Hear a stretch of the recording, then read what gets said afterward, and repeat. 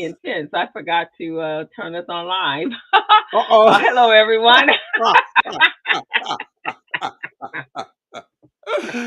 Oh man, I tell you, man. So that's what's been going on, So they kick me out of there and tell me, hey, you can't come back. And I say, hey, I don't really care to come back. I just want to make sure I don't get you guys using my picture, my image, in anything you want. Because they seem kind of sketchy, man. They seem like some sketchy people. Again, this is Perry Belcher and his wife, Emma Belcher. Now that They're we're out of online, Vegas. huh? They're Yeah, out of that's Vegas, and I think they call themselves founder, investor, advisor. They deal with AI bot. So, okay. never heard of these guys before.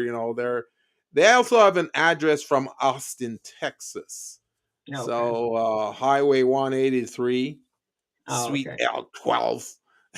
Well, AI is gonna be big. It's gonna be big. It's gonna be very big. So we just have to get prepared for whatever that is. But of course, not necessarily have to be held hostage while you're doing it. Yeah, one of the guys who was there presenting, he presented a thing where, when you have clients, right? For example, yeah, we have Uh huh. clients, and each client they run different types of business, so they're in different industry. So if you have Mhm. those in your database, instead of you generating one specific email for each client in certain industry, you just have the AI generate that outreach letter or marketing letter, and based on the industry, AI will recognize that and send an individual letter to each of those people for their industry. Like for Oh. example, if they're going to send an email, a marketing email to Crystal Mitchell, using you're in Mhm. bookkeeping and accounting, your Mhm. email is going to specify bookkeeping and accounting. It's not going to Mhm. say business development or contract readiness, Mhm. but like it would me. Mhm. So No. I thought that concept was a good one, so that's Yeah, something no, that, I think AI, I use AI for, the chat, and then I use Copilot, and I use Dolly. yeah, But I would like to know how to really use it. I'm going to do some other playing around with it. I would love to know how to use it for, like you said, for creating ads. I have created the text for an ad, but hmm, not necessarily have I actually created an ad in it. I generally yeah, go to, I'll start with my software, with my yeah, Canva, and then I'll go from Canva to over to pull the text from there, and then I'll put it in that. So that kind of works. But it does. I mean, I use a lot of AI oh for yeah, oh yeah, managing the podcast, and so it's hmm, been extremely helpful coming up with catchy titles that are really going to trend. Just trying to get the whole feel of it, and so I'm on board with AI. I do know there's a dark side to it as well. yeah, So one definitely has to understand that part of it. But I do think as a tool yeah, for a small business owner, it's actually awesome because it does reduce the time yeah, that you are doing just simple tasks and creative tasks. So things, especially if that's not your thing, right? If you're not a yeah. creative, crafty person or tech person, you if you can't type it in, you can speak it in, and it'll do what you need to do. Yeah, and if you're a small business with limited resources, man, limited staffing, labor force, AI is also another good thing that you can use. You can use it to generate the letters, the outreach letters, the marketing, the promos, the ads, all of those things. And that's like having one or two employees there that you don't even have to pay. Exactly. You don't have to pay. There you go. So, and for some small businesses, and we're going to talk about that today. With this series, we're going to be talking about are the top strategies for small business growth in 2025.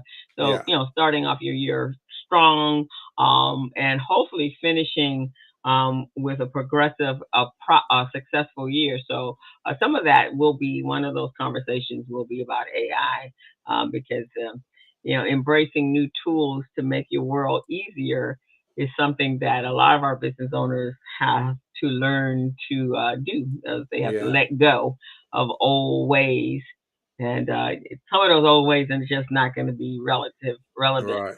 Right. in this new world that we're living in. So, Exactly. kind of excited about that. But since we just kind of went back, we went live.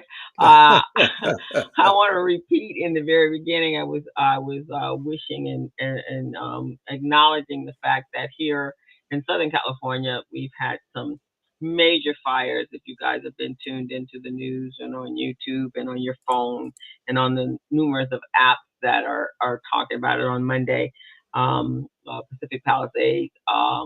There was it was a fire, and that it just kind of multiplied into this nightmare, along with the 100-mile-an-hour winds that we had.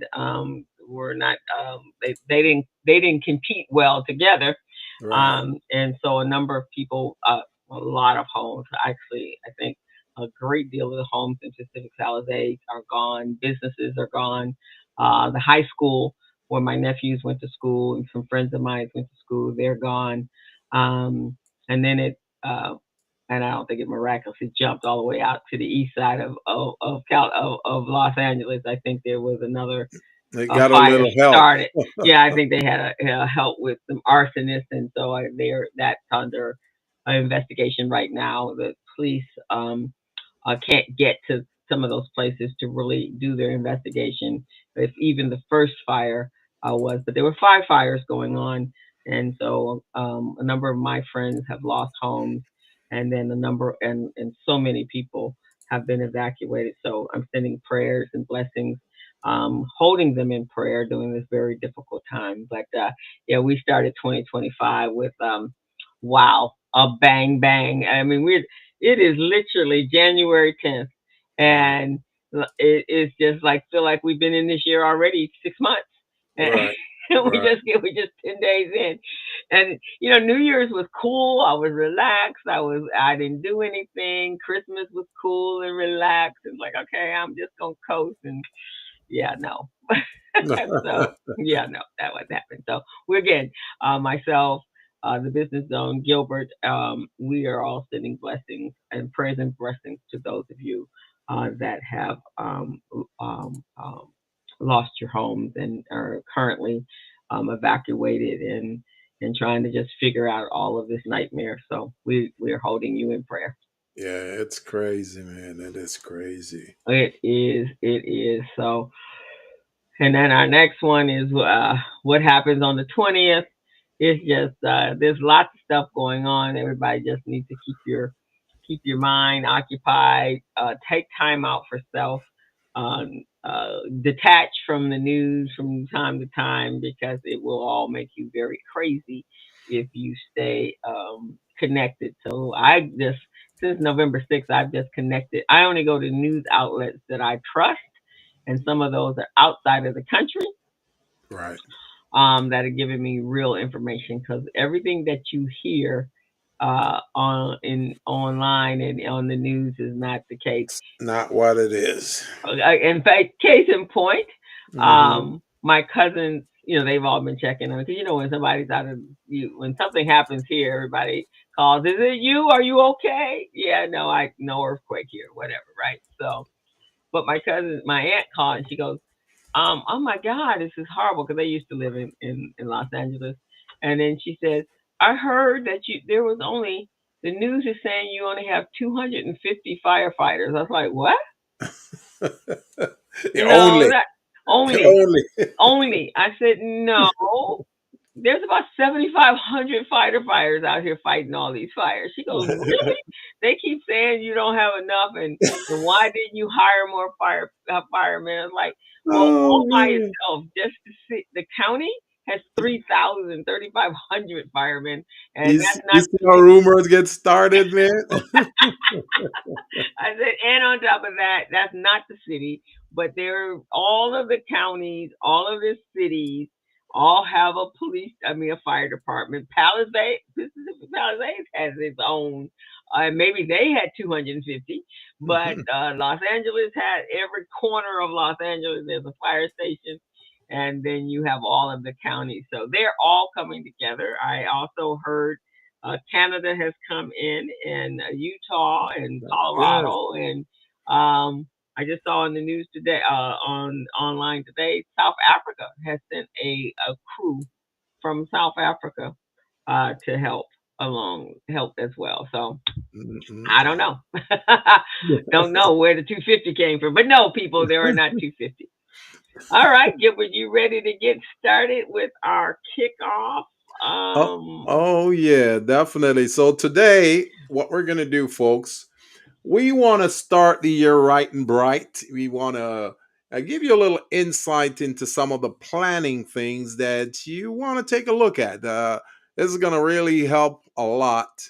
So, my co host and I, we put together some things here with regard to goals that you may want to create for 2025 to help you navigate through the 12 months, the next 12 months, and running your business, managing, marketing the business, and to securing new and more clients or customers. okay. So we've put together some SMART goals. We've put together some goals. We've got a SWOT analysis that we've put together also that you can adopt and take a look at.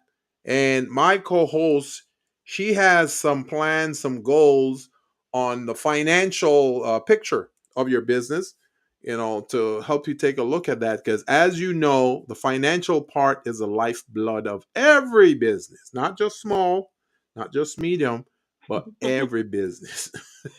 Yeah, so for January we're gonna do a series. This is gonna be a series. So, um, when you look at a new year, you wanna really wanna investigate and research some game changing strategies that's going to really change, uh, maybe how you've done business, or help you be able to even be more successful than you were the previous year. So, Right. um, so some of the strategies is going to help you thrive in 2025.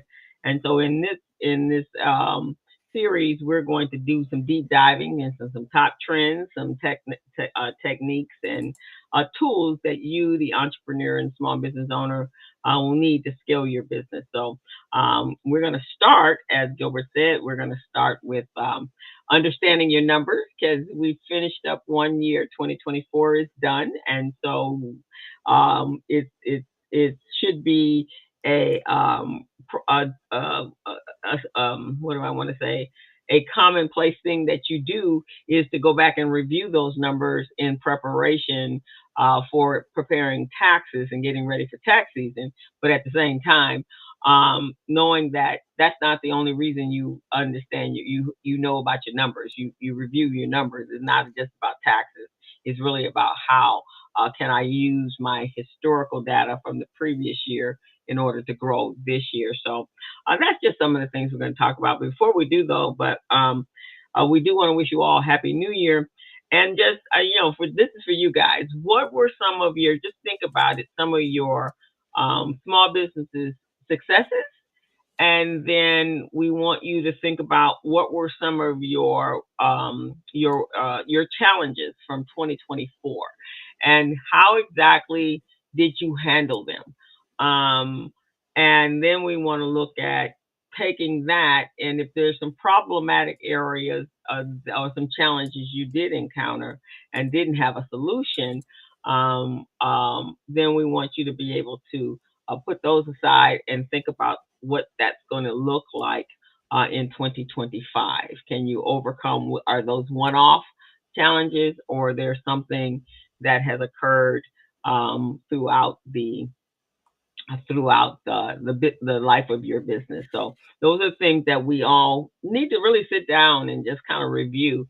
Now, I know for me, um, my challenge, well, my wins this year for 2024, not last year, for 2024 was I had to not be such a workaholic, and I had to start to think about my health and put some attention to my health. So I had to carve out time in my calendar for self help, self care, and Yeah. so I think I've been pretty successful at that. I had a goal to lose weight for medical reasons, and I am on a good pathway, and I'm relaxed and a little bit more stressed, less than I was.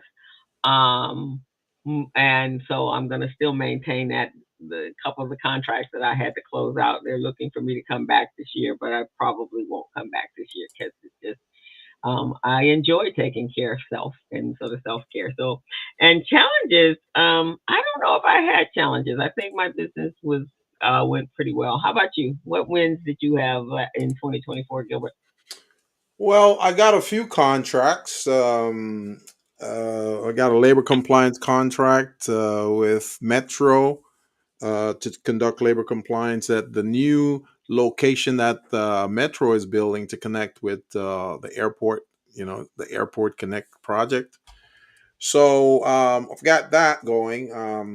There is what's the other one? Can't remember the other one right now, but there are two of them that I have, and this year I'd like to secure, another one at least Okay.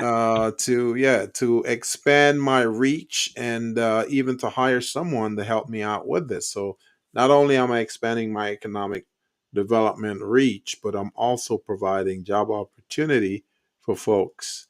And in addition to the gifting services that I do, where I gift my platform, Small Biz Pro, Oh to yeah, men. you got a great tip at the end of the year, didn't you? Yes. Oh yes. So it was excellent, man. It was excellent. Awesome, Excellent. awesome. Yeah, mine's well, I'm for me for 2025. I really want to focus um on making sure our media platforms are the business zone here that we actually get it monetized. I did Yeah. create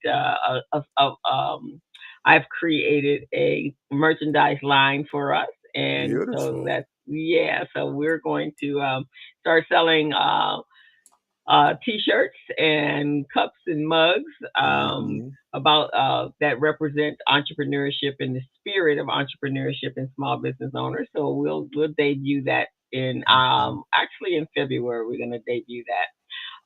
And you'll find it on our YouTube channel. And so we're going to encourage you to do that. We're going to continue to encourage everyone to continue to view our shows. And so one thing I'm proud about, Gilbert, for the Business Zone, because we've been working on this for a little minute, right?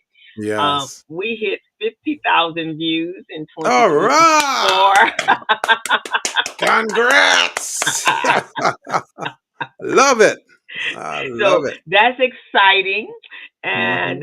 And then we also in 2024 it was our goal to acquire more than our little whatever we had 500 Hmm. subscribers.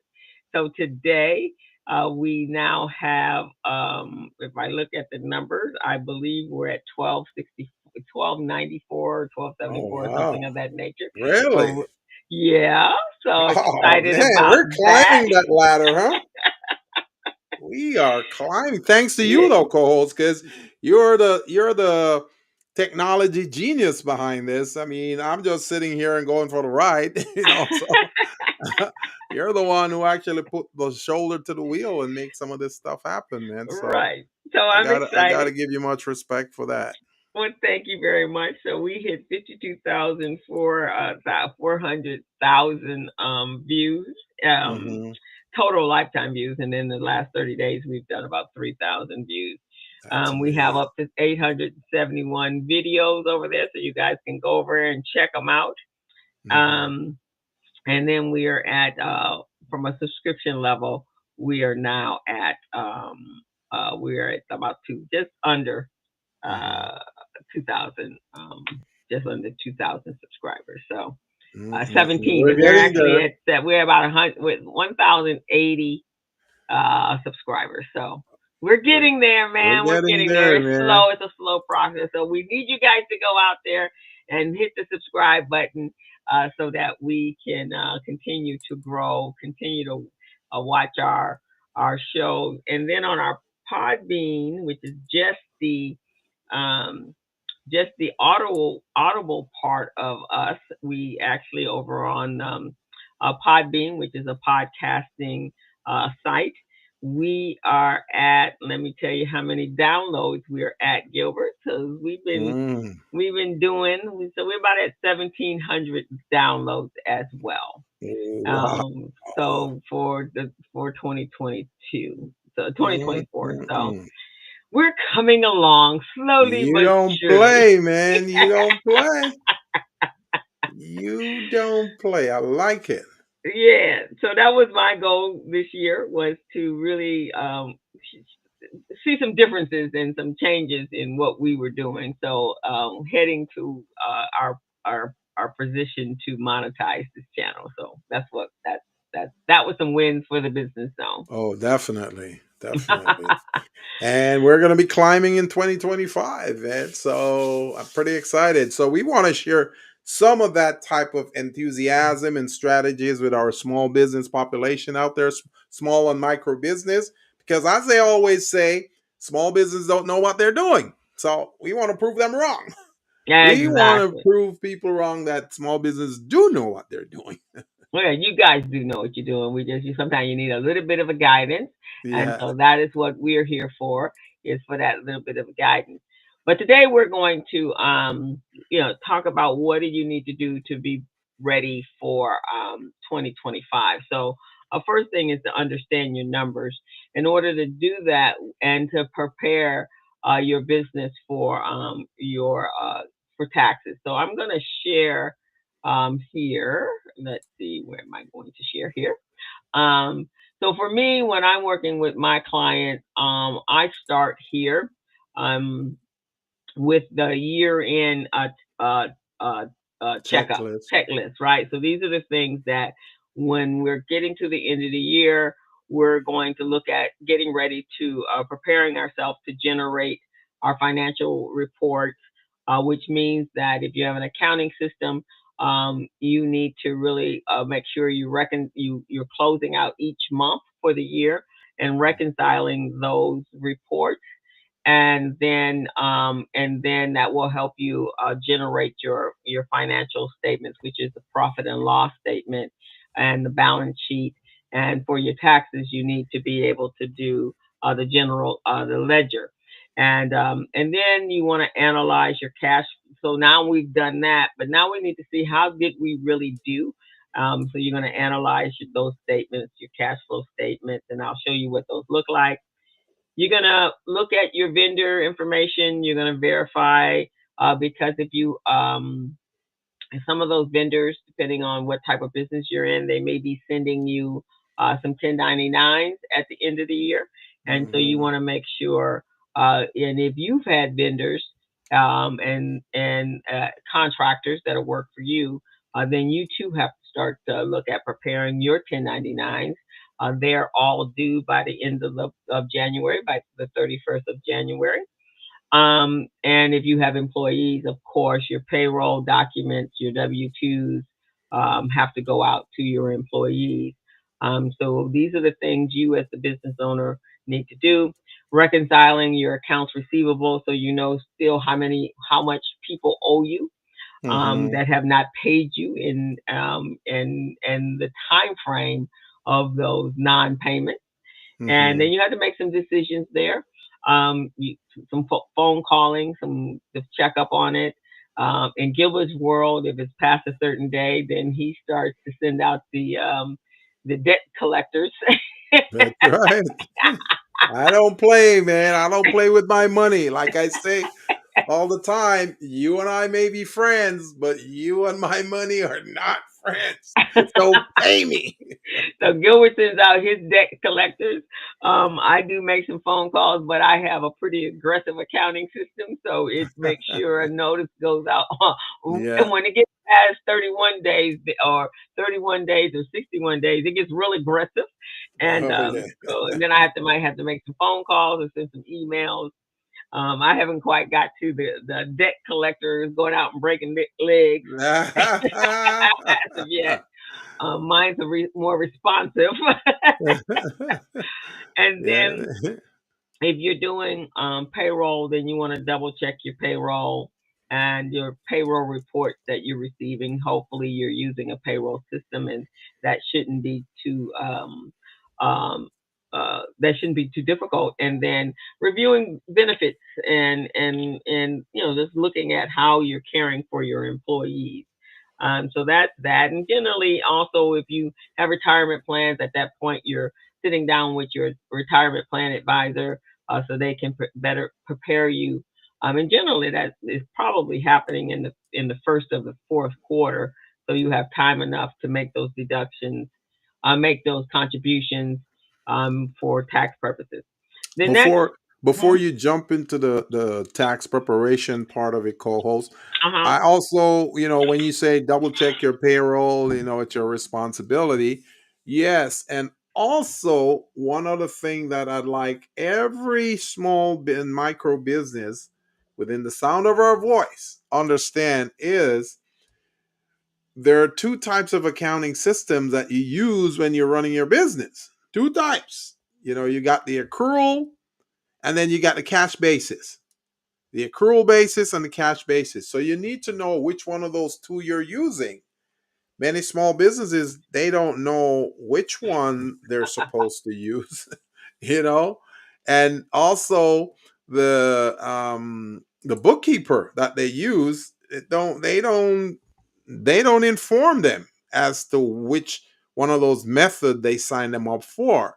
So sometimes small businesses are operating, they don't even know which system they're using, but they're asking the bookkeeper to do certain things. And the book, sure, I can do it. So let's say you use the accrual basis. If you use the accrual basis, you can't use a cash basis. You got to use one or the other. You can't use two, and you can't keep changing them back and forth. That's a big red flag there, and that's a sign for you to get audited by the IRS. So if you don't want that, you want to make sure that you pick a system. Now, how do you know which system to pick? And my co-host, you've worked with these systems all the time, correct? Right. Yeah. So your cash basis is basically like you are doing a cash and carry store. People who have to exchange cash in order to receive the product or that they're paying you. So those are usually tangible. Like it's usually a tangible product. And like going into a 7-Eleven or going to a fast food restaurant or going to a restaurant. Period. In exchange for the food you're going to eat or the product you're going to buy, you're going to exchange cash. So there's no invoicing or anything of that nature. It's a transaction. And so with a accrual basis, you are actually invoicing, and generally those invoices are backed with a contract, and that contract will delineate a time frame when the payment will be received. So in most cases, it's a 30-day, 30, 60, 90, depending on the type of contract and the type of person you're contracting with. So now you're carrying accounts receivable, which means that until that invoice is paid, that money is sitting on the book. So when you run your report as an accrual, then it's going to show those invoices as prospective cash because it's assuming that at some point that cash is going to come in. If you run that report and you're doing that and you run it as cash, then it's only going to it's only going to show the cash that literally went into the bank. So the reason why it's a red flag for the IRS is because if you're not running an accrual, then um, and that income will be eventually coming in before the 31st of the year, then that's actually taxable income. So that's the difference. So that. And That's and another addition to the cash basis is, if you don't know how to figure out a cash basis, it's easy, it's simple. If you're generating less than 5 million a year, less than 5 million a year, and you're a small business, and it's not anything having to do with selling, using credit cards in your system when you're selling, so you get paid over a period of time. If you're getting paid right now and then, use a cash basis. Business, you generate less than 5 million, you use a cash basis. That's how easy it is, you yeah. know. Yeah. So Yeah, so that's important. If you're not sure of that, then whoever your bookkeeper or yeah. your accountant should be able to tell you exactly what your status is, Yep. um, and talk, and so you'll know. So talk to that keep bookkeeper, because but let me tell you, it is your responsibility as a business owner to hmm know these things. yes, Right, yes, that's your responsibility as a business owner. gotta know your numbers. Small businesses got to know them. Got to know them. And then it's time to prepare for filing your taxes, understanding how you're filing your taxes if you're an LLC, if you're a corporation, or if you're a sole proprietor, gathering all your tax documents to provide for the enrolled tax agent if you're not using a CPA. But if you are using a CPA, then that individual, and you should have a relationship with these people. So gathering your tax documents, if you're using an accounting system, is as simple as handing them over a financial statement, the P&L, the profit and loss statement, and a balance sheet, and then running a general ledger so they can see where all the transactions were posted and when they came in. You can also do a trial balance. Usually, when you're working with a CPA, they may ask for a trial balance. Um, if you don't have an accounting system, then what that means is you're gathering all your bank statements and you're either putting all that information on a spreadsheet, or you're handing your tax person those documents, all of your receipts, all your cash receipts, if you have cash that didn't go into the bank account, everything, all of your, if you have uh, the invoices that didn't get paid, or did get paid, you have to hand them all that information. Now, will If you they have love that? 1099s also, right? And your 1099, will they like that? No, they will not like that. They're gonna hate that, and generally they're gonna charge you a whole lot of money for bringing in that box of A little documents. shoebox. They much prefer that those 3 pages and that you email them. My tax preparer, man, before we agreed to work together, he said, "You're not gonna bring me a shoebox of receipts and paperwork, right?" I said, "No, no, no. I've got my system digitally, so you don't have to." He said, "Okay, because I'm not going through that shoebox." Yeah, they don't like shoe boxes. They hate shoe boxes and bags and stuff like that. So you really do want to get that prepared. And here's the thing: if you have an accounting system, preparing for taxes is not excruciating if you've been maintaining it month after Yeah, month throughout yeah. the year. But if you got to go gather all that stuff up at the end of the year, all the mileage receipts, all the gas receipts, all of those things, which could have been monitored through your accounting system, then yeah, they're not going to like you very much. Also, identifying any potential tax deductions, which is all of your expenses, any retirement, if you got IRAs and things like that, any losses, you need to be able to collect all of that. So when they go and whatever your legal structure is, making sure they know what that is, so they'll know how to file your taxes and what forms to use. And then if And you don't, huh? also co-host, with identifying potential tax deductions and all of that, you may not even know what deductions. So you want to have a list of questions that you ask that tax preparer, and one of those questions on that list should be, what types of deductions are out there that I can take advantage of? Because sometimes the tax preparers, they're zipping through your filings.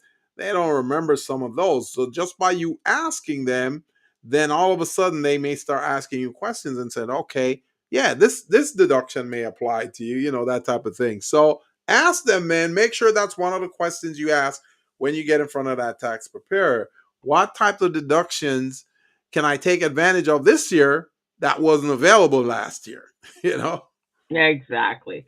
So, and then, if you are a S corp, then your taxes are due March 15th. Yep. Yep. Yes, sirree. And if you're a multi-member LLC, no, if you're an LLC single member LLC, is due March 15th. However, if you Mhm. multi-member and you are a sole proprietor and a C corp, your taxes are due April 15th. So you have a little bit more time to do that. So if you don't gather all these documents and get them to your person that's going to do your taxes by March, we're talking like the latest is March 1st, then you may be thinking about filing an extension to make that happen. Now, but before that, there's some other taxes that are due. If you're in the city of Los Angeles, the city of Los Angeles is going to be looking for the uh, Los Angeles business tax renewal, which is due um, On the February. 28th, February 28th, man. Yeah, Every year, that's a deadline. that's the deadline. Is you're delinquent after February 28th, Yep. and it's going to cost you money. hmm Is due actually January 1st. So I have my little card right here. So I'm getting ready to do mine next week. Um, if you didn't make what is it, 500? A 100,000. 100,000. If you didn't reach that 100,000 marker, then you probably don't owe them any taxes, but you do have to file. It's Do have mandatory to that you file. file, regardless whether you made $100,000 or not, and then they will assess that and send you your bill. Any businesses that taxes are due $50,000 or more, you will be directed to pay using e-credit, e-check. So, but if you have taxes due, you will be able to do that through the system at the City of Los Angeles. So you are going to the financelacity.gov renewal of this. Very, very important. Cost you $300, $328 to be exact. If you don't make that, if you are delinquent, which is February 28th. So just I a mean, little heads up, people. Just a that little heads means if up. you didn't file, folks, you got a City of Los Angeles business license and you didn't file by February 28th, guess what? The next day, they're writing up a bill for you, an assessment. And that's going to be a late fee of at least $300 plus. Exactly. So you don't Take, want to be that person. take it from me. I've been through that before. My first few years in business, I was making less than 100K. And then I figure, hey, since I made less than 100K, I don't need to file. Wrong. Wrong. Yeah, wrong. Man, they hit me with a bill so fast, and I'm going, what? But I filed, sir. It's good that you filed, but you should have filed it on time. Right, exactly. So there you have that, right? So you don't want to be that person. Um, and then before we get to this, I'm going to jump over, and then that next session is is going to be Gilbert. So when we talk about these filing of these forms up here and reviewing these forms, you're generating your financials. What we're looking at is generating. We're going to go with this one. Your financial. Let me see if I can then stop this share, and replace the screen sharing And with. small businesses and micro businesses, please don't feel intimidated by your financials. Financials are harmless, they don't do any damage to you. Just make sure if you don't understand something, you ask your bookkeeper. That's why you're paying them to explain stuff to you. And just ask them, what is this? And why am I doing this? Ask those questions so you can be knowledgeable. Because last thing you want is to know that there's money going out of your business and you don't even realize it. When you look on your balance sheet and you see a number with a parentheses around it, that means a minus quantity. So what happened to that money? Where did it go? And to whom? And why? You want to know Exactly. those things. So you want to know that, and so the way you do get to know that is running financials. So generally, this is something that you're going to do every month. You can do it every quarter, and then at the end of the year, you'll get a consolidated of the year. And so if you just take a look at this one, you'll see it gives you your revenue. If you have cost of goods, and cost of goods are those products that you need, those raw materials that you need to be able to produce your product. If you're in the service business, you don't have cost of goods. You just have um, revenue coming in, and then but if you did have cost of goods or cost of services, depending on what type of business you're in, then you would have subtract that from that, and you get your gross profit. And so, if you're looking at this little diagram we're doing, so they earned $2 million. They had a cost of goods about 1.7, and then after they subtracted that, they were left with a gross profit of $630,000. Um, and then you go into, and these are the fields you'll be, and it's much more expansive than this, but this is just for sampling. Um, And you this would is a then, P&L, just in case you're wondering, guys. This is yes, a it's P&L you're your looking at. P&L, and it's a comparison P&L actually. So then you have all of your operating expenses that it takes you to run your business, and then once that is subtracted, then you get your net income, and that is what you're taxed on, depending on your legal structure. I like And I like this co-host. I like the way you have it set up. You have the current month and then you mhm, have the current quarter. So you mhm. compare the two. So that's good. I like that. Right. So you want to be able to look at because the month will tell you monthly basically how you're doing it, and you can actually run this all the way January, February, March, April, May. Then you can see what your peak months are, meat months are, and what your lean months are, and then you can make when we go into the planning mode.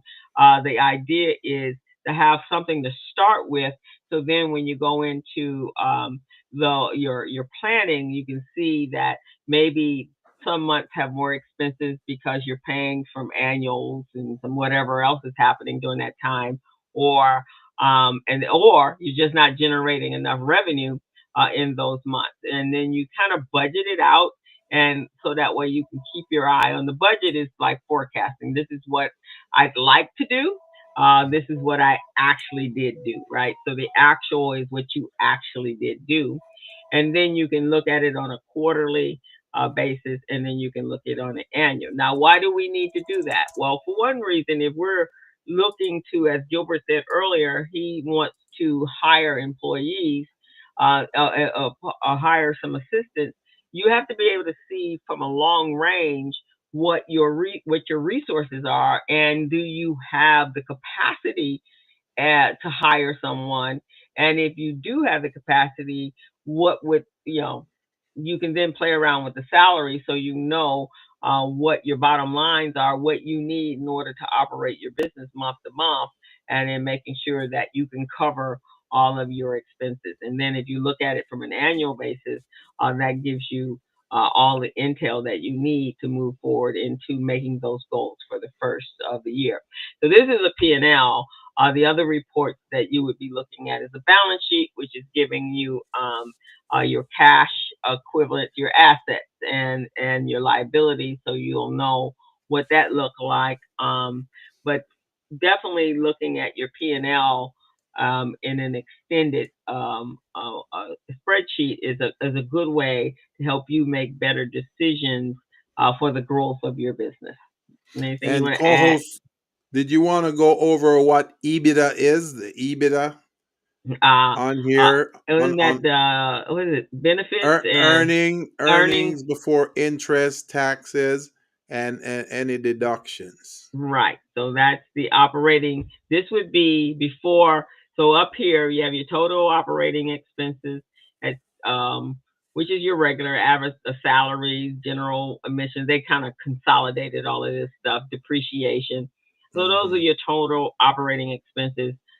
Actual 468,000 870. Then you subtract out the EBITDA, Yeah. and that is totaling up to be 161. So $61,000. And so now, and then you have some other expenses, some interest, some non-operating gains, and then earnings before EBT or EBITDA is 146,000, and then some income taxes, and then that is going to be the 144 is the profit of the business, and Hmm. hopefully it's not a loss. It is a profit. Always want to know your EBITDA, guys. Your EBITDA. Remember that EBITDA. You want to That know that. earnings, benefits, and interest, taxes, and deductions.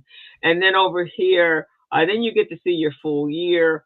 So this is something that at the end of this would have been run at the end of the year, but during the year they're doing current, they're doing quarterly, first quarter, second quarter, third quarter, fourth quarter. That's kind of how we look at it Yeah. when we're making goals and plans for our businesses. You break them down into quarters, and then you run that. So this is what I'm doing for my clients now. We're at the end of the year. I'm closing out their books, doing all the reconciliations, and then preparing the year-end report and providing that to them so that they can go get their taxes done. And then the employee, the clients that I'm training, then I'm doing that. I'm doing the same thing for them, helping them prepare these reports, and then they will understand them, explain them to them so that when they go to their tax person, they can intelligently explain exactly what their financial status is, and their net worth for their company has been for that previous year. And that's kind of what you do, understanding your numbers, knowing why you spent the money you spent, understanding how you earned the money that you earned. And then when we go over to the next segment, is going to be understanding now, well, how do I take that information, and um, how do I then um, how do I take that information and really benefit from a uh, uh, goal, setting my goals for my small business. So for me, I just did the analyzing your performance, the financial performance. So it always starts here, because if you don't know what those numbers are, how are you going to do your SWOT analysis and your goals? So Gilbert is going to talk about that. I'm going to bring that up in a minute. These are the next things, the next task, the next step. Step two that you need to do is to be able to understand how you got to those numbers. That's true. Okay, so let me pull up the next one there, Gilbert. Let me get to close these out. Mm-mm-mm. Yeah, so this is how, if we are, whether we're a small business, whether we just started out and we made a few dollars over the years, over that year, but we still need to go back. It doesn't mean you have to be like a Fortune 500 company with 10 employees or 15 or 20 or 30 or 100 employees. Everyone needs to do this. In those bigger companies, they have a whole staff of people that are doing this. But Right. in our little world that we live in, we have to be the one to do our own analysis, and it doesn't matter to what level of business you're at. Everyone needs to be able to understand um, how their business is working, what doesn't work, and so forth. So with that, Gilbert, I'm gonna turn it over to you for the SWOT analysis. That's right, folks. SWOT analysis, that's something that's very critical to every business operation. And the acronym SWOT It means strength. That's the S for strength. The W for weaknesses, the O for opportunities, and the T for threats. So when you say SWOT analysis, those are the four areas you're looking at. You're doing an analysis of those four areas. And really, what a SWOT analysis? It's a planning tool that you use in your business to find out where you are you meeting your goals and objectives, where you want to go, what are you going to need to get to achieve those goals and objectives, and how you implement it. So really, that's what it is. Very simple. And everybody does SWOT analysis every day, whether it's in their business or in their family. Some people just don't know they're doing it because they're not aware, but it's automatic. So, in looking at your SWOT, your S for your SWOT, which is strengths, you want to look at your business this way. What are some of the strong points of my business? What are some of those strong points? Do I have capital? How is my position with capital? Do I have enough money in my business to help grow this business and access whenever I need it? Do you have a line of credit? Do you have a loan? Do you have excess capital from the owner that you can have access to borrowing and putting it out there? So that's the first part of it. Do you have low debt? That's another part of your SWOT. That's strength. Because right now we're looking at the strength of the business. And just so you know, when looking at strengths, you're looking at what the business represent and what the people in the business represent. So you may have folks in the business that are very talented, years of experience, really skilled at what they do. Those are strengths. So you want to look at that. The owner may have a master's degree in, some field that they're very good at and that the business represent. So that's a good thing. Other officers in the business may have strengths in those areas. They may be in the industry for 20, 30 years. So that's another strength, in terms of longevity and durability. Your strengths, you want to understand that it's supposed to be defensible, and it should be such as an intellectual property. Something that you have that's an intellectual property will really provide you a great position. So let's look at intellectual property. What could that be? Well, if, for example, I have this business, I have this portal called Small Biz Pro. It does a lot of different things for small businesses. One of them is an assessment. It assesses your business, see where you are, where you should be, and it gives you a score. It tells you, okay, and it's an yes or no answer, and then each answer has a certain amount of score to it, a certain number.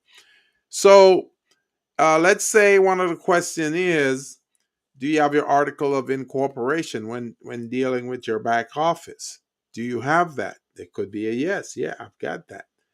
Next question would be, do you have your statement of information? Are you registered with the Secretary of State? Those things can become strengths because now you're providing some data to the state to let them know who the owner of the business is, who the officers are, where the business is located, what type of business it is, and whether or not it is in compliance with the state and city regulatory rules.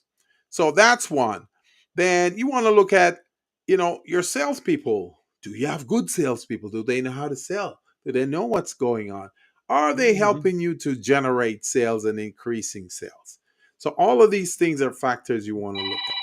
The next item is um, weakness. So let's look at them, one on the left, one on the right. Okay. So we just look at strength on the left. Now let's go to the right side, which is weaknesses. But what weaknesses exist within our business? Well, maybe you just started, you're in business for like 0 to 3 years.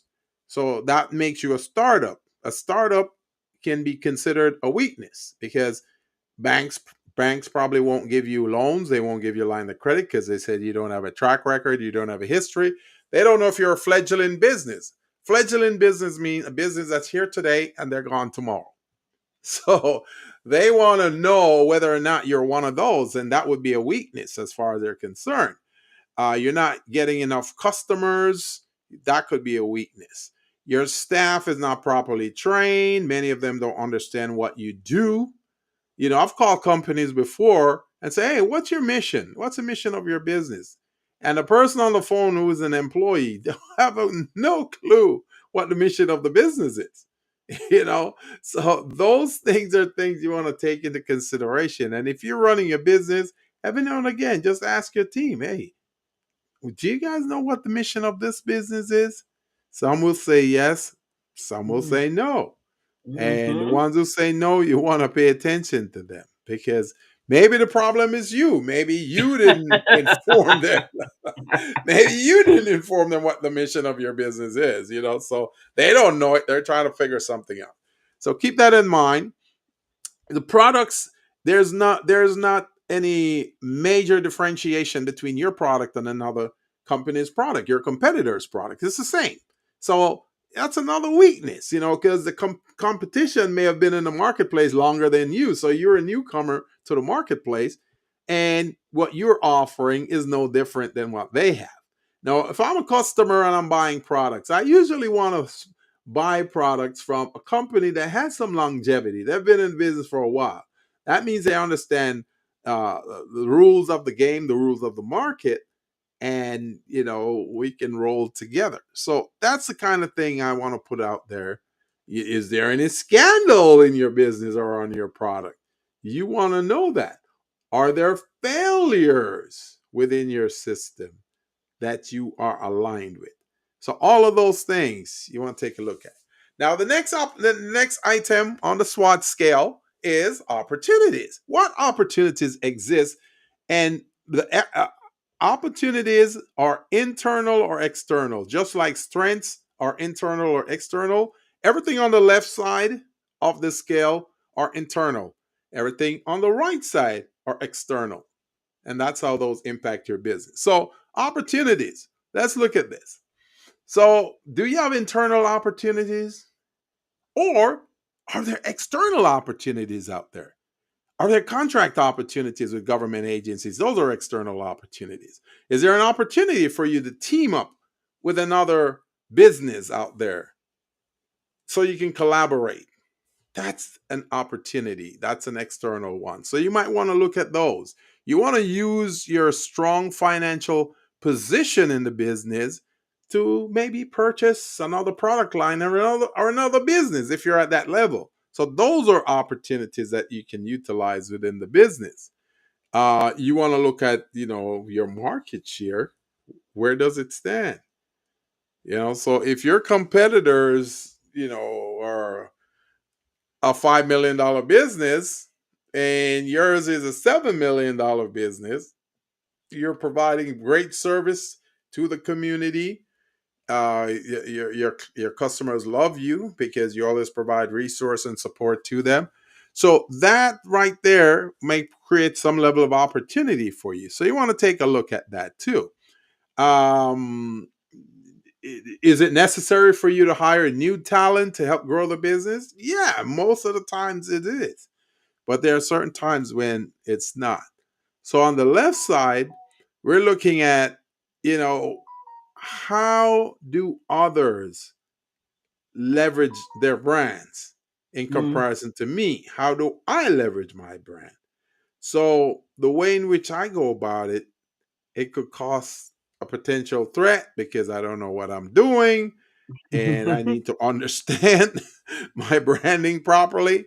The strength of your brand is another thing. Do people know about your business? Do they know your company name? Do they know your brand?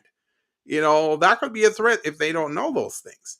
Lack of differentiation also, that could be a threat because if you can't differentiate, no one's going to buy from you. Remember, in business, your goal is to make the customer or potential customer put their hands in their pocket and come up with money and hand it over to you. True that. That's that's your goal. If you're not making them stick their hands in their pocket and coming up with money and handing it over to you, you're not doing your job as a business owner. So if they're not doing that, that's a threat to your business, threat to the growth of your business. Um, some companies end up losing talent because one, they either don't take care and nurture the talent they have. Two, they don't recognize the talent they have. And three, they just don't have enough resources to sustain that talent. So the talent Right. go elsewhere. They come to me or they come to Crystal's company and then Right. they provide services for us. So you want to make sure your talent is taken care of. You understand what their needs are, they understand what your needs are. And then you have that symbiotic relationship where both parties are happy. So those are four areas that I wanted to go over real quick. I could speak on this forever, but we don't have the time. So that's your SWOT analysis in a nutshell, there, guys. And I Now, always say, Gilbert, before you jump on, I always say, even though you may be a single sole owner, proprietor, yeah, a business owner, I even tell my clients to do a SWOT analysis of their own strengths, their own weaknesses, yes, their own the opportunities and threats, because hmm, you don't have like a full you don't have employees, yes, but there are certain things that you're really good at, and so hmm, you should know what those are and kind of stay in your own lane. And then the things that you're not good at, your weaknesses, then those are the ones that those are the things that when you identify them, that you may have to hire someone, a yes, contract someone that can help you be able to do that delivery. So if your branding could be better, you have no clue how to do that, then you might right, want to hire someone, a graphic artist or someone that can help you, a virtual assistant that can help you do that. Um, if your products are not selling, then you have to really sit there and analyze even your products. Why are they not selling? What are yep, listening and reading and reviewing the your Yelp reviews and your Google reviews, so you'll know what people don't like about them, what you're not, how you're not meeting their need, and then you have to change that. And then what opportunities out there? Always going. Okay, these are my skill sets, and this is what I'm really strong at. Let me see what opportunities that I can identify, that I can propose to go after and acquire that particular share of the marketplace. And then if you have threats, you know, and that you just hate doing financials, and that's a threat. yes, yes, And your business is and you haven't even looked over there. You're just excited about the product that you're selling. And then when Gilbert comes and says, "Hey, let me help you get certified," and then he's going to start asking you some very qualifying questions, and the first one is, "Have you filed your taxes? And where are your financials?" And then once you tell him no, he's gonna go, "Okay, well, I can't help you." can't help you at all, man. Because the certifying agencies, they want that information. They want to know.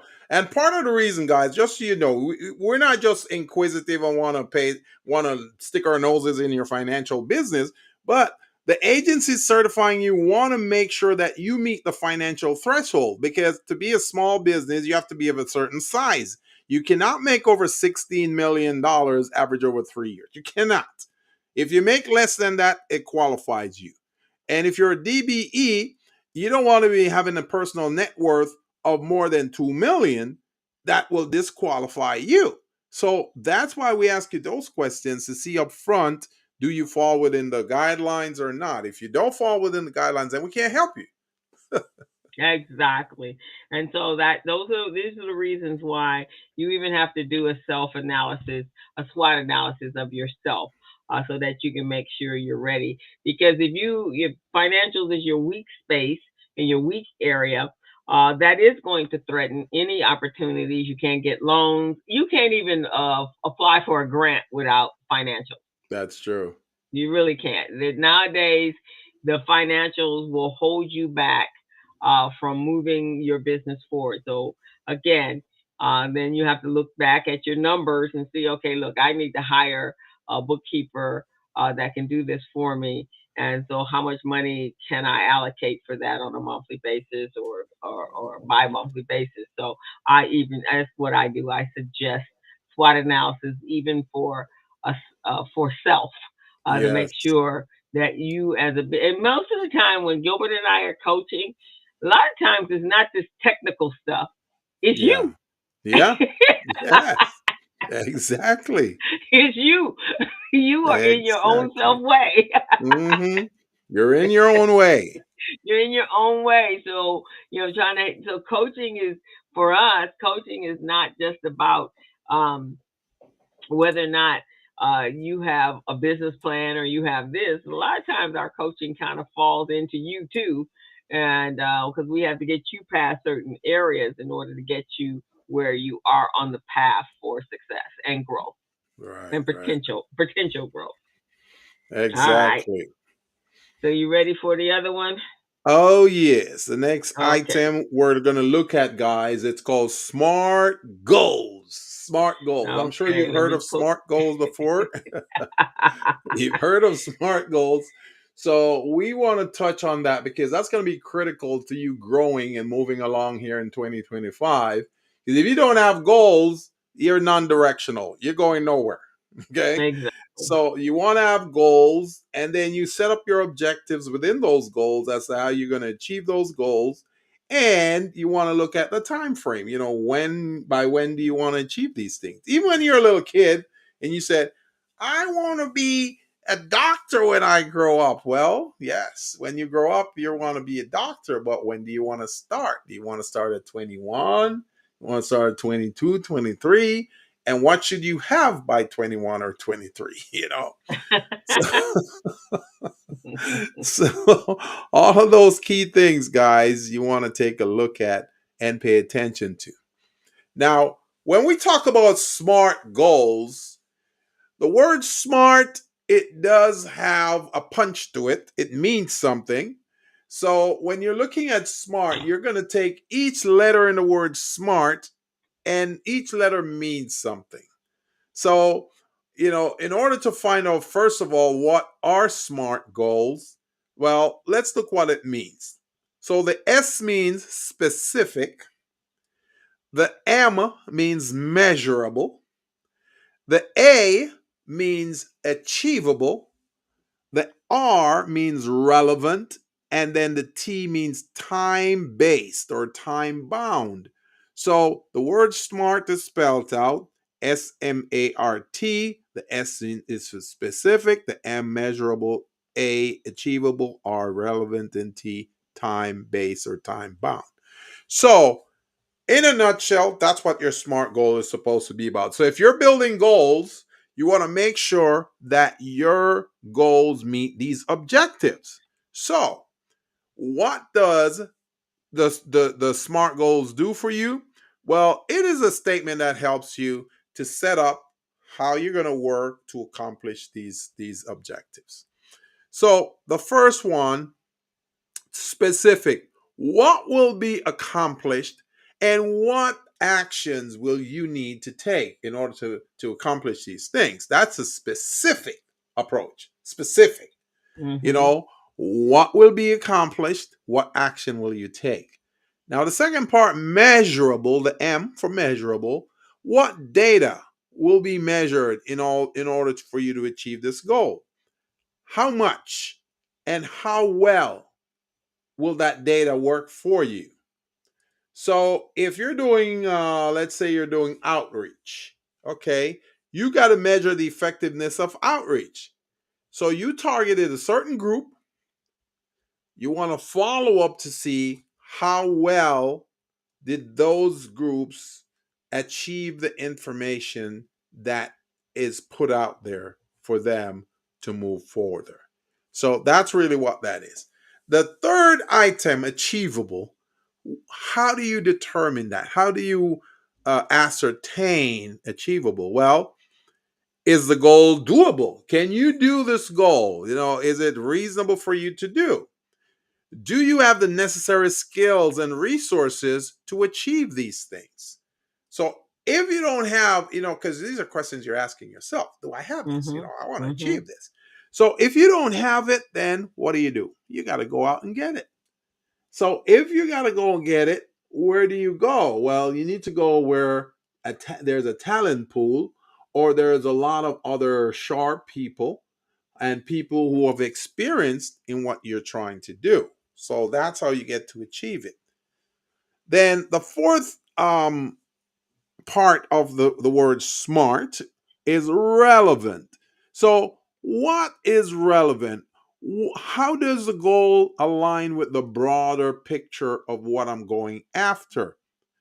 And then the question you want to ask is, why are the results important? Well, the results are important in a lot of ways because one, it tells you whether or not what you're targeting is a good target or a bad target. You know, whether that's what you want, that's where you achieve what you want. The next thing about that is you want to look at whether or not the results that you have is usable in such a way that when you measure, because remember, measure is the second part of the word, the second part of the word smart. When you measure, can you effectively measure what you're trying to achieve? So let's say I am holding a workshop. I want to invite 50 people to this workshop. Why do you want to advertise to 50 people and bring them to the workshop? Well, maybe I'm charging $100 per workshop. So if I have 50 people, 50 times 100, that's what? That's what, 5,000, 50,000, 5,000. 5,000. Okay. So 5,000 is what you're bringing in. So now you're going, oh, that's my goal right there. You know, how do I achieve it and how is it relevant to this? Well, it's relevant because I'm going to spend my money on materials to put out in the class, and it's going to cost me money to build this material. So not only do I want to spend money on the material, which would be called your good cost of service, right? Mm-hmm. But you also want to make a little profit in that. So that's the reason you want to measure it. You know, if you can measure, you get the 50 participants, then you know you achieve your goal. You get 20% participant, then you did not achieve your goal because you didn't make enough to pay for the materials that you're using, and two, you're not making a profit. So that's the relevant part. The final part, which is time based or time bound, this is the time frame that's going to take for you to accomplish your goal. So, for you to accomplish the goal, if it's going to take a month or 2 months, then you want to put that out there. Our target time frame, 2 months. What do we want to achieve by that? Okay, we want to develop a group of entrepreneurs who are really knowledgeable. They understand what they're doing. The numbers that we're preparing them with, we're arming them with. It's going to make them so much more ready and so much more successful. So then you reach out to my co-host and said, "Hey, you know, I need to have this thing achieved by a certain number of time, but I also need your input on the financials." So that's the kind of way this works, and that's how the SMART goals work. Co-host, you want to add anything to it? Yeah. So basically, you're you before you actually decide to do something, um, you have to know understand you're going to get there, right? What you're trying to once you accomplish it, how you're going to measure it, make sure that it did work, and Right. then that and are the goals doable? So a lot of times this happens when you say, okay, you ask someone, what are your goals, your financial, your revenue goals for 2025? Oh, I want to make $1 million. Okay, did you make $1 million last year? No. How Did you much make did it you the make year before that? the year before that? How much did you make? Oh, I just maybe just cleared 100,000. And so you want to do 1 million this year? Okay, so all right, let's break that down. What does that look like? What do you need to do in order to accomplish that particular goal, right? And how are you going to measure it? So if you're selling t-shirts, how many t-shirts do you have to sell to make $1 million? Exactly. Right? So that's when we talk about, is it achievable, right? So you got to be realistic about what your goal. Now you may, 5 years down the line get to make that $1 million if your product is a T-shirt, but in order to do that, you got to be doing in mass quantity.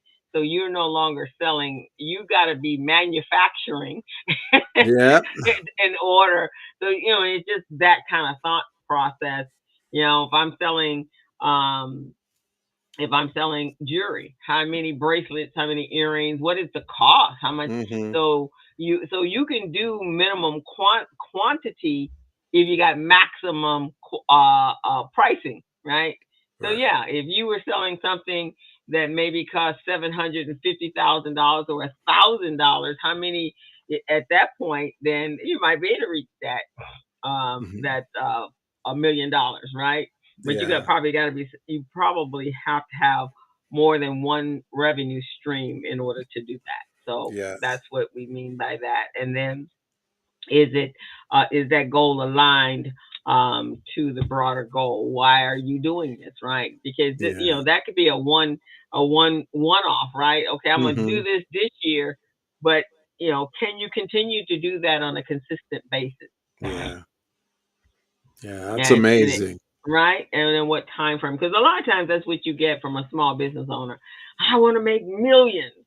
Okay, well, let's see how you gonna get to that million, right? Then we are like, okay, let's come back down to something more realistic. Okay, I made 100,000. I want to make 150,000 this year, or I want to make 200,000, and these are the number of products that I'm going to be selling at this price. This is what I did last year, right?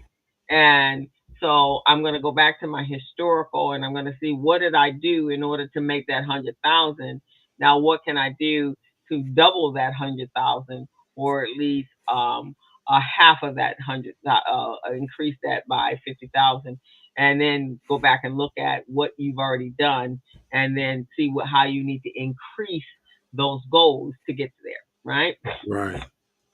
Yeah. And, and the thing about it is, not all goals are achievable, and we all know that.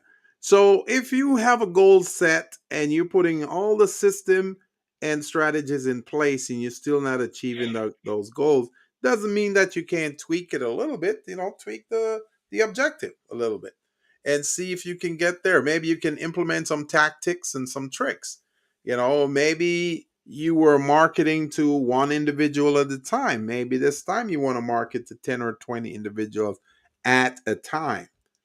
Of course, on your side, it may look okay, but on the other side, where you're bringing in all these different individuals, it's like, whoa, whoa, this is sucking up my time.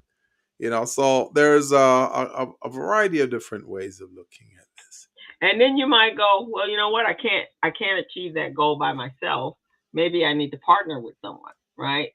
Or maybe I need to look at as Gilbert in the contracting world, because now you probably could do that in a contracting world, Yeah, right? yeah, definitely. Because the contracts are bigger. Um, the expectations are bigger as well, but the contracts are bigger than trying to do a one-off transactional deal. You would have to be looking at how do I achieve that from what are my options that I can actually get to that goal? What do I need to change um, in order to make that work for me? So that's kind of what you need to when we're looking at goals. So don't just throw some goals on a piece of paper and just think that is going to magically happen by itself, because it is not going to magically happen by itself.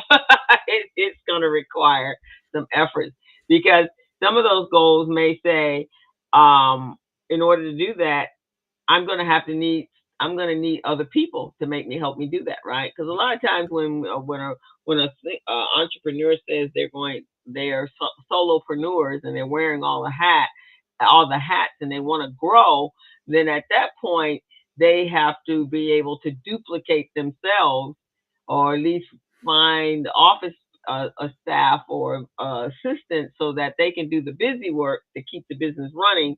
And then this individual, if you're the star salesperson, then yeah, go out there and do your thing. But it's kind of hard to do both of those and all wear all those hats at the same time. Right, right, right. And so that's when we talk about is it really achievable based upon what you have, what you're working with right now.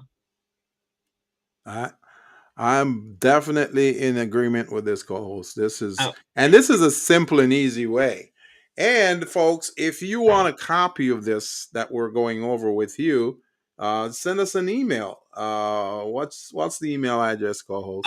contact us at the business zone with crystalandgilbert.com.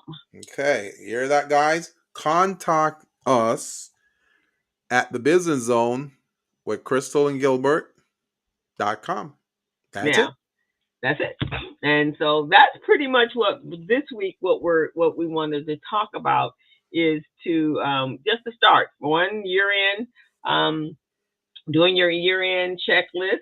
If you want Mm-hmm. that list, we can also make that available to you. I can put that actually in the description of the YouTube, a link there, so it can take you to the checklist. And then once you get your checklist done, then and then you can put together your financial reports and then start reviewing. Now, if you don't know how to do all of that, then you can always reach out to Gilbert and I, because that is what we do for a living. That's true. So you can reach out to us. You can reach out to me. Here is my information, and I can guide you through that process. We can schedule an appointment and then help you, um, uh, with your checklist, and then once you've done that, if you don't have a financial system and this is that time where you really want to really just start doing things the right way, the easy way, the more efficient way, then you can reach out to me and I can help you set up your accounting system, Right. either using QuickBooks or Wave is another product that I train on, and we can get all that set up and it'd be easy peasy, and then you can generate digital reports, which is so much easier than trying to put all that information on a spreadsheet. Yeah. Now, if you want to, your goals are to double and triple your income, then Gilbert is that person because Gilbert can help you look at becoming sort of a certified business owner, Mm-hmm. and then also guide you on how to get contracts.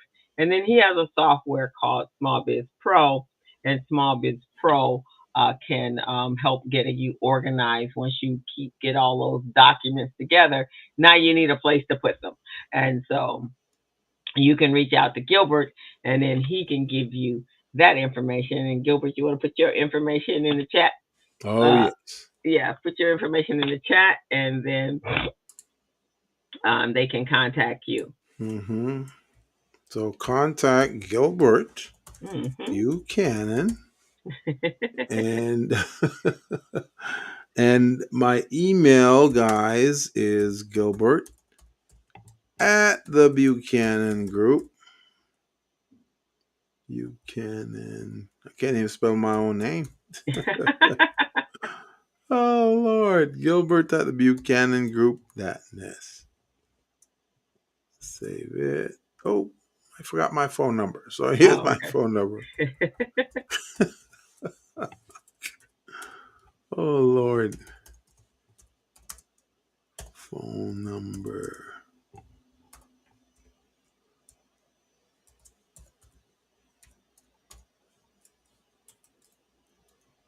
What is going on here? He went on a trip, and there I you had lost it. my memory. Or lost his memory. Now you Woo. are next week on the 17th. You're going to Costa Rica. No, you're going to Costa Rica in. We're gonna knock it back to February because I need some time to decompress from that Florida trip. Well, I'm going to say this because that's an international trip. You need to make for you, Gilbert. I would say you need to stay at the airport the night that you're going to leave, or the day, so that you'll be already at the airport. That is true. And then you need to have all your where you gonna leave your car and all that sort of stuff in one of those lots. So you just drive there and they carry you up to the airport, and then you need to be there 2 to 3 hours early. That is so true, man. Because I know I'll sleep through it, man. I'll wake up at 12. Oh my God, my flight was 9. Yeah, so I'm gonna suggest to you need to be there already. Because flying is used to be, flying was a simple process. It was Yes. easy. It was manageable. It is no longer a simple process. Now You you got got to to put 2 3 hours into it ahead of time so you can you get. do, and you really truly don't want to do the magic. I mean, the O.J. Simpson where you're running through the Run airport through the because airport. it don't work like that anymore. You need to, because just security alone could take 3 hours. So you wanted Oh to man. you want to be, and I have TSA clearance, so I still get there 2 hours in advance, or sometimes 3 hours in You advance, so I know, can just I walk I through security. when I used to fly JetBlue, they used to they used to give it to me like every 2 trips. They'll give me TSA for clearance, right? So I Okay, wouldn't have to pay for it or anything, man. I loved it. yeah, But that was when now they were they don't do that anymore. no, they were testing it out to see. So now I have a 5 year. I'm now in year four, so I have to renew. Hmm. But I for $70 you could get 5 years for TSA Oh, clearance. really? That's not bad. $70. Mm-mm, It's not not bad. at all. And then you also can do, so my next go round, although I didn't see it as a problem before, but if you get global clearance, then global entry, then you get global entry and TSA uh, for a one price, and then you get that card. And so when you come in from other countries, then when you come in from other countries, it doesn't cost. I mean, it's like 120 for Yeah. you to get your global entry fee, and then they will also give you you also get TSA with that. So Oh, that's good. That's good. yeah, and you just walk through, and when you come back through customs, you just walk through. It's very simple and easy. But for 1 year for Christmas, that's what I did. I gave everybody a TSA check, Oh, you and did? it was Oh like, because man, you mean I wasn't on that list?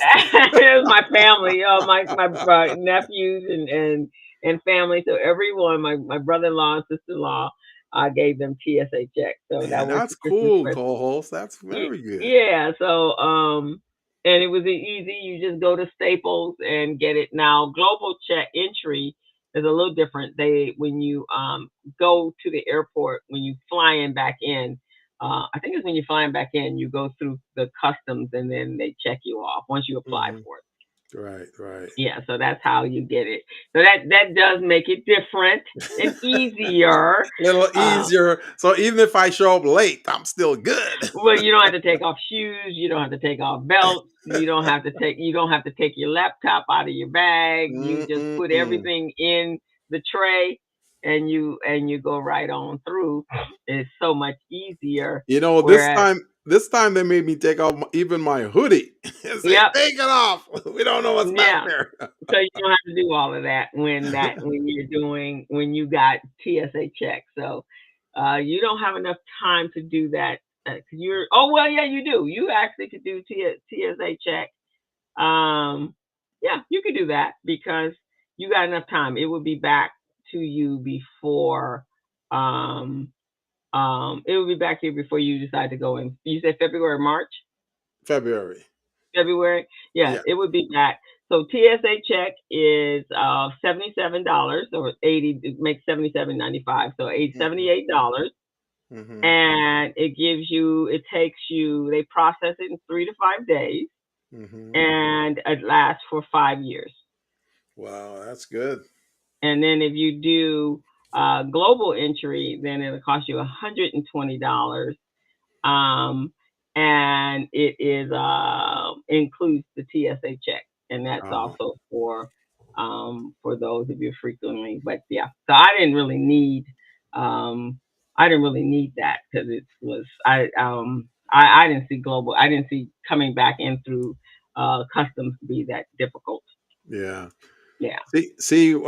Once I start flying again, then I'll do that TSA check because I don't want the burden. But Hmm. but yeah, this is good information, man. Good Yeah, because information. it made life so much easier. Everybody, my nephew was going back and forth to college, and it was easy for him. Of course, Mona and I have used it several times. I remember when I was coming from South Africa, I had just gotten mine. Half the line didn't have PSA, and the line was super long, and I just walked on out and I said, "I'll see y'all on the other side." Uh-huh. So yeah, it makes a big. I take off everything because that's irritating to take off shoes and Yeah, socks man. and Take off earrings your and belt, your pants are falling down. right, exactly. So yeah, yeah. Uh, So that's that. Yeah, that's a big issue. All right, everyone. Again, thank you for joining us on the new year. We will see you next Friday, and we will continue on this series. Next week we're going to be let's see, uh, strengthening your online presence. Hopefully, I'm going to try to have as a guest that will talk about all of that. I'm yeah, gonna reach out to her today, and then prioritizing your customer experience. So we want to talk about that as well because that's important, right? It's all yeah. you're in business for your customer. You're not in business for yourself. So That's right. those are the important things that one needs to be able to have in place. So, with that, we want to thank you for joining us today, and we want you all to go out there, be safe. Praying for all of those of you that are trying to get back into your homes and navigate through all of the legalities and FEMA and insurance companies and all that. Please pay attention to the county and the city of Los Angeles websites. There's plenty of information out there, even on Nextdoor, which is an app. They're giving you information as to how you can apply for different services and who's out there to help you. And as Nextdoor, Citizen app, Facebook, those are the places that is providing resources for you. There are tons of resources out there. Also, be careful, people, of any scams. I am under the understanding that the scammers are out in abundance, and so if anyone calls you to say we can set up a GoFundMe for you, say no. You can do your own GoFundMe. You don't need somebody outside to be helping you set up your GoFundMe, or ask a relative that you can trust. But please be careful of scams, because opportunists will always step up to the plate if nobody else steps up to the plate. That's true. That's So, true. all right, Miss Gilbert, take us on out. Anything you want to say to the people? Well, folks, I want you to tune in to us again next week on the Business Zone. You can go to youtube.com. You'll see us there. You'll see our icon. Or go ahead and subscribe so we can send you automatic notifications so you know when the show is coming on, it will alert you. So you want to go to youtube.com, guys, and you search for the Business Zone with Crystal and Gilbert. All right. Or And this is our QR code right here. Go ahead, right. co-host. Or you can take a picture of our QR code, and that will take you directly to our site, and then you can actually sign up, hit that subscribe button. Please help us continue to grow. We so appreciate you. And also like us and follow us, and so subscribe if you like this episode, and comment, because maybe you may need some help and you um, just didn't know how to ask. So call us, and we will help you the best way we can. So And have help us to get to 20,000 subscriptions, guys. 20,000. 20. That's yeah, easy for you. yeah, Easy, bro. 20,000 is easy. So we want you to do that and continue to check us out and share us with your friends and family. All right, everyone, have a fantastic weekend, and we will see you next Friday. As a small biz pro, so we roll, using procurement, program, and control. As a small biz pro, so we grow, using procurement, program, and control. I'm a businessman, yes, I'm a